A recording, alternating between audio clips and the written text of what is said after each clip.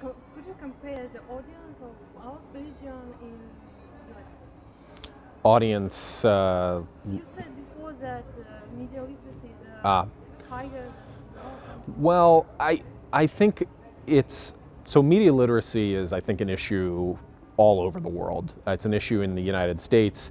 We're talking about it a lot in the United States about what we can do to prepare kids in school to be media literate, because I can remember when I went through school 20 years ago, I didn't have any specific media literacy training, but you know, smartphones didn't exist. Like, you got your news from the television, the newspaper, and what was good about those was that they were very specific formats and ways. Like a newspaper had a beginning and an end, stuff was labeled opinion or it was labeled news. Television, if they had commentary, they were very clear labeling it. And now we're living in a world where Twitter and Facebook and Instagram, I'm scrolling through and, well, I don't know if this is real or not real. And so it's required of us to be much more discerning about what we're looking at. And trust in the media has gone down worldwide. As we've seen over the last few years, like misinformation and disinformation is an extraordinary challenge. And the hopeful news that I see is that young people, both in Kazakhstan and in the United States, I think are just much better about seeing what that is and being able to discern you know, fake news or stuff that, and I don't really like that term, but misinformation and disinformation from what we're seeing elsewhere. But it doesn't mean there isn't still work to do. I think that, you know, I was talking about how in my home state of Colorado, we just passed a law in which we're going to be forming a commission to look at what that might look like, how we might prepare people in elementary school and high school and middle school to learn about media literacy. And we don't know what that looks like yet. There's obviously a lot of concerns from people like, well, are we going to tell them that certain, you know, sources are trustworthy or not trustworthy? How do they evaluate that? So it's really difficult, but it's absolutely essential because there's just a lot of people who, you know, things have changed a lot in the last 10 years. You're not, you know, it's not just getting your news from Walter Cronkite on the television every night. It's a lot more complicated. And so I think that here, I get the sense that there's a lot of possibility, but as everywhere in the world, we have a lot of room to grow and improve. You think that you are more educated than? Because they're native to these, I think the youth are more educated because they're just native to these platforms. Like, I can't even like imagine my mother or father on Facebook. Like, it's just, I can just tell you anecdotally, like my older relatives who are on Facebook, like they're the ones who are sharing the memes where I'm like, that is not verified and I guarantee you it's not true. But it's easy for me to say because like you and myself and all the young people here, and I know Kazakhstan's a very young country, you know, more than half the population is, I think, under the age of 29. You're growing up with those platforms, you're just able to spot it. Again, it doesn't mean that you're right 100% of the time, but I just think that there's a healthy skepticism because they're more comfortable with the medium versus like my parents who, again, grew up in an era where you got the news on the television at night and you read the newspaper and that was it. And that was gate-kept or very filtered media. Like there was a beginning and end, it had, you know, there was professional standards, everybody agreed about them. In some ways, it's actually like a hearkening back to newspapers, certainly in the United States from like the 1920s and 1910s, where they were mostly politically affiliated publications, and you'd put all kinds of stuff in newspapers if it advanced your interest politically, like, well, my political party is better than this political party.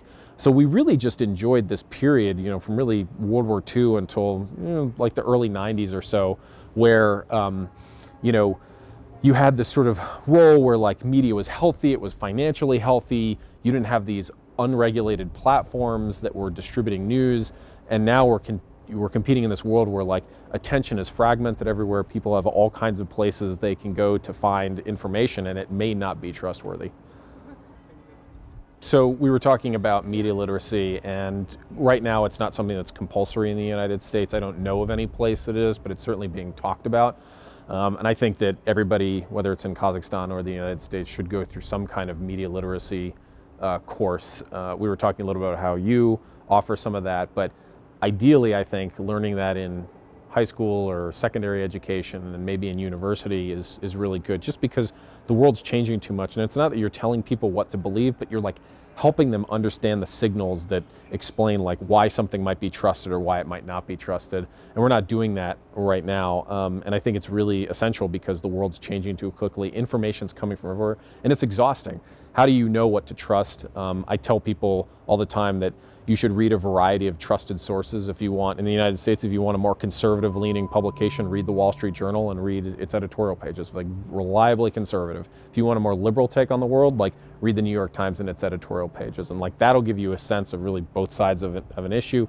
And many issues, of course, have multiple sides to them. But the danger is that you end up only consuming one source of information and you get a skewed version of the world. It's not what reality is. And, you know, this happened with us in 2016. Like there was this blindness to the fact that Donald Trump could potentially become president and, you know, for a variety of reasons. And so this is what I'm talking about with like issues with our own media. Like there was a lot of media criticism after the fact that, you know, how could you have missed this? Like, and there's economic reasons. The local news media in the United States is under tremendous economic pressure, and that makes it much harder from a media literacy standpoint when national publications are thriving and people, you know, only are consuming news and information from national publications. Like they're not as connected to their communities, and I think that that's certainly an area in Kazakh media that I'd love to see more about. Like I get the sense that a lot of the publications here, a lot of them cover a lot of the same things, and I think there's a real opportunity to like have media sources that differentiate themselves by covering, you know, maybe the city of Almaty like really, really well, or maybe it's, you know, transportation in Kazakhstan really, really well, or whatever it might be. And so I'm really looking forward to seeing, you know, as the media continues to evolve here, more diversity of sources of information and different focuses and subject areas. Kazakhstan is lagging behind the USA, and that we as Kazakhstan people can use in order to look at the United States and make corrections to possible mistakes beforehand, like in advance. I spend a lot of my time focused on sustainability of media now because it is so incredibly difficult to build a sustainable media business. And so I come from the journalism side. I spent, you know, almost 8 years in the Denver Post newsroom. I've worked for the Associated Press. You know, I'm a photographer and a writer, and I've transitioned more to the business side. And I think the greatest threat that we face in the United States, and it's similar here, is just how you build a sustainable media brand, independent media brand. It's really hard. It's hard to make money. Advertising, we believe in the United States, and I don't get the sense that that's fully taken root here. It's really hard to build a sustainable media brand on advertising alone. That's why you see other publications like Use Events and other things like that. We're exploring this. Paid media is a really big deal. The idea that you would either donate to a media organization to support it or that you would actually pay for access. That's not happening here right now. It's very, very, it's just not happening. And I think eventually it's going to have to happen. Because we're just entering a world where advertisers are increasingly wanting to spend money on ads that they know work, and that usually means going to a place like Instagram, Facebook, and Google because they can target audiences way more efficiently and cheaply than you can by just saying like, I'm going to buy an ad on the homepage of, you know, tengorenews.kz. It's not. It might be working now, but I can just tell you in 5 years it's not.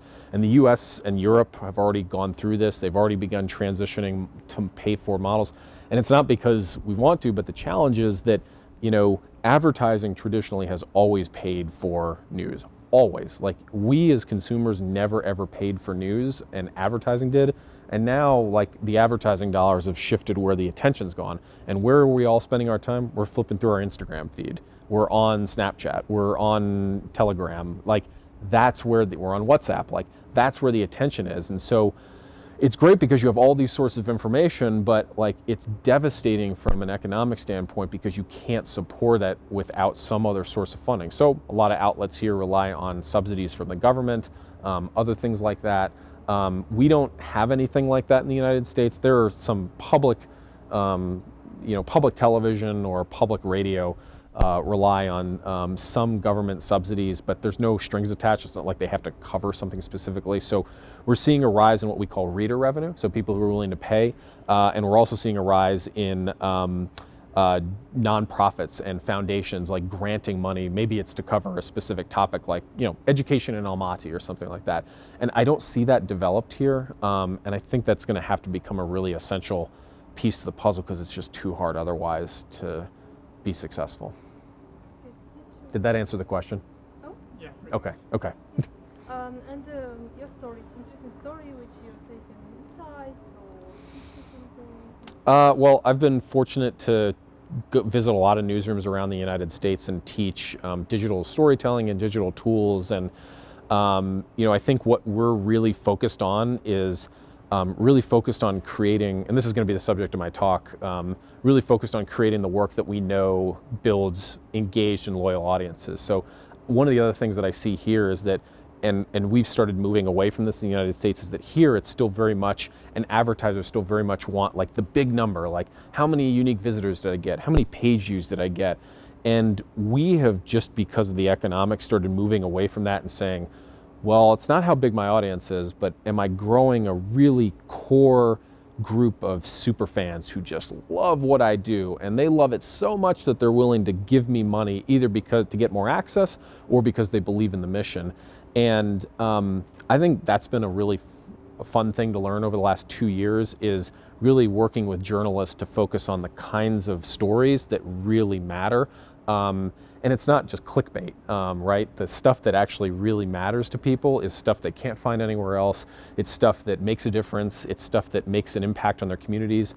I mean, a lot of the stuff that we find, it's like people care about schools, they care about traffic, and you know, they care about the environment and pollution. And so it's really gratifying as a journalist to say, like, yes, like people care about this stuff, and it's not just, you know, scandalous photos or something like that. I mean, they still care about that, don't get me wrong, but you can't build a sustainable business on that. And so it's been really fun to focus on that part of it, and just really dig in and say, like, okay, who are you trying to reach? You're not trying to reach everybody. Can you pick like 5 audiences that you really can serve better than anybody else? And it's really forced us to hone our thinking and think about how we can make sure that we're delivering the right information and that people can use that and that they value it.